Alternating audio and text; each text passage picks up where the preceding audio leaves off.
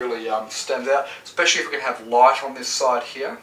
So we'll just bring the roof line up a little bit there like that, across there. See, I've got a little bit of overhang there. That just gives the impression that the roof's got, you know, an overhang, an eaves on it. So now what I'll do, I'll take some of this alizarin crimson, clean the brush first, because I've got all that dark on there. Okay, so we'll just clean that off. Okay, so I've got our alizarin crimson, and let me hold that up for you so you can see what I'm doing there. Take some of this alizarin crimson here, bring it down to the palette down here like so. Okay, and I don't know if you can see that properly, but it's got a little bit muddy because I had some of that brown on the brush, so always make sure you clean your brush. And some yellow ochre. Okay, mix that in, so it sort of gives us a bit of a reddy orangey colour there. And what I might do is just pick up a touch of this Australian red gold, put that in as well, and just a touch of the white there. How's that looking? Okay, mix that all around. I think that's pretty good. You can see that there. Okay, so just mix up a colour that you like the look of. I might just put a little bit more alizarin crimson in there.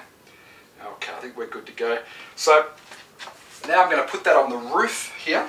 You want to be careful, that you know where the line is that you're going to come down to. So just think about the shape of a roof and drag your brush down on an angle like so. Okay, just working all the way across. Now notice how it's picking up the brown as well. So clean the brush off. Give it a good dab. Pick up some more of the paint. Okay, and then apply it again in that angle. Okay, clean the brush off again. And okay, now notice we haven't covered up completely the brown. We've just added the red over the top of it, and so some of the brown's still shining through, which I think is quite important. Let me just zoom in so you can see this a bit clearer here. So I'll just bring this in, and if I bring the board over here for 1 sec.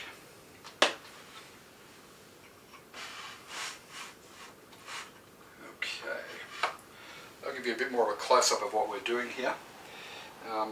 So notice that the brown is showing through there, and we haven't completely covered it. And that's okay, we want to create a bit of a rustic sort of look. Just tidy up some of the top edges there. Don't know that I'm actually helping it there, I might be making it worse. Just for the highlights, I'm just going to grab a bit of the titanium white and mix that in and just sort of touch up some of this side over here where the sun's coming through. Okay. Whoop. Now whenever you make a mistake like that, I've just gone and increased the overall size of the roof. Really important that you see this happening, because whenever you make a mistake like that, don't worry about it. Obviously we don't want to make mistakes, but if it happens, it happens, and the key is to make the best of the situation when it does happen, rather than to get upset and beat yourself up about it and think that you failed. It's more important that you say, okay, what can we do with this situation to make the best out of it? So I just extended the overall height of the roof. Now on this other side here, this eave dropping back the other way, what we're going to find is that's going to be darker. So I'll go with that darker red, and that we mixed up just a moment ago, without the white, and just block that in like so. Okay, so you can see a little hut, a little cottage in the woods there starting to take shape. I'm not happy with this colour here. I think when I put that white over the top, it sort of has dulled it off too much, and I really want this to stand out and be vibrant. So I'm going to go back to my alizarin crimson and the Australian red gold. I want this to sort of really stand out of the paintings. I'm going to mix those two, and you can see it there. It's a fairly rich mixture. So I'm just going to come back in and just put that in again. Be careful that the brush doesn't pick up the undercoat there too much like it's doing now, and that's when you know it's time to grab your rag and just pull off whatever paint's just been picked up. Very important habit to get into, one that I need to work on myself. Grab some more of that paint there. There it is there, and Just drop that in, right? So I'll make that roof just sing a bit more and stand out a bit more. Okay, now this front wall is going to be lighter than this dark wall here, so for that I think we'll use some of the yellow ochre and some of the alizarin crimson that we've been using on the roof, but we'll leave it more on the yellow ochre sort of side. I'll put just a touch of titanium white in it, so it looks like that colour there. So you imagine if the sun is hitting this wall here, and I've got that brush dirty again, just clean that off, pick up some more of that mixture and just apply that on.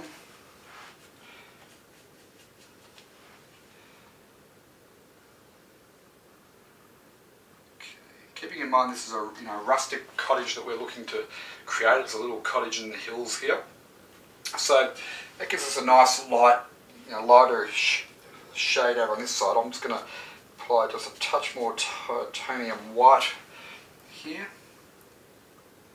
Okay, we've got the sun coming in, so you would expect to see the more of a light colour shining through there. But notice that it's still got the brown coming through and it's still keeping that rustic sort of look. So it still looks like a little cottage out in the woods, which is what we're really aiming for here. Okay. Now on this side here, it's already quite dark, but it's probably just a little bit too dark.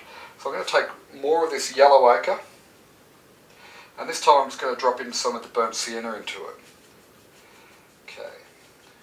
A bit more yellow ochre. Okay.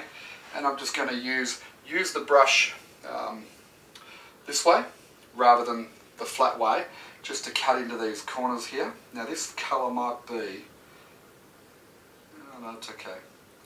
I was thinking it might be too much like our roof colour, but I think just to lighten off that brown a little bit, I think that's pretty good actually. I don't think we'll try and make it any brighter than that. So, I'm going to need a door. Obviously, people aren't going to be able to get into the place without a door, and we want people to be able to get in and out so they can enjoy this little cottage. So let's just put a door, I don't know, how about there? Door and a little window in around about there. Okay, so that gives us our little basic cottage shape. I'm going to take some of this green. No, I'm not, because it's dried up. But what I'm going to do is I've just got a little bit of green on the brush here. I'm just going to just gently around the bottom of the building. I'll come back to this later, but just gently just pick up some of the paint off there and start to just blend that in. So that it sets it into the overall ground there. It's not just sitting out there on its own, if you know what I mean. And I'll come back and put in a bit of a tree and so on in here, and a few more highlights. Okay, but that just sort of sets it into the ground there a little bit, and you'll see as we develop the painting more how that looks. So, well, the brush. Now the next step, we want to bring that big tree in right here. And this is really when we get to our bravery test. We're going to need to mix up some, take some ultramarine blue. Let me show you what I'm doing here. Okay, some ultramarine blue. Pop that in that dark area where we mixed up before. Some more of this burnt umber. Some more alizarin crimson. More lamp black.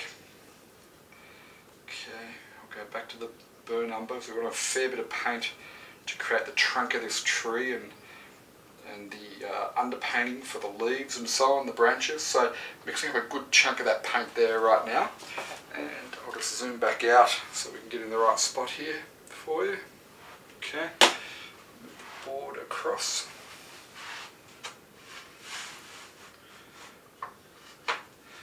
Okay, let me just zoom in to there, not too far. There we go. Okay. So what I've got is I've got a fair amount of that paint now all mixed up here. Okay, I'm just getting it on the end of the brush, bringing the brush to a chisel sort of point there like that. Where we are. Okay, That's a bit of a chisel point on the brush.